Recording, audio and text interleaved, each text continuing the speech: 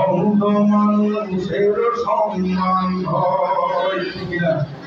চোখ দুটো থাকলে সবাই সম্মান করে, অন্ধ চোখ নেই আপদে করা তারা আমাদের জন্য করে আপনি তার নিয়ে করা হবে।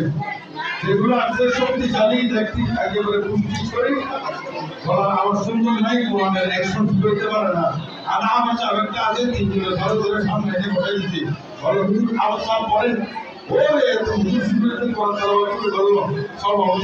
সবাই করে এটা সিলেক্ট করেন সবাই এটা তো অন্ধ ভাই কিছু দাঁড়িয়ে দাঁড়িয়ে আল্লাহ কোরআন শুনতে দাঁড়াবে আমাদের দিনটা ঠান্ডা হয়ে যাবে। এই যে একটু শুনলাম কত ভালো লাগলো। এই আন্দা হলে আমা, কানা হলে কানা, দুটো হলে দুটো, এটারই নিয়মটা তারার জন্য স্বপ্ন তারাবি আদায় হবে। এইরকম অনেক আমাদের ঠিক কিনা? ওই জন্য তাহলে অন্ধের দাম নাই, দাম আছে কার?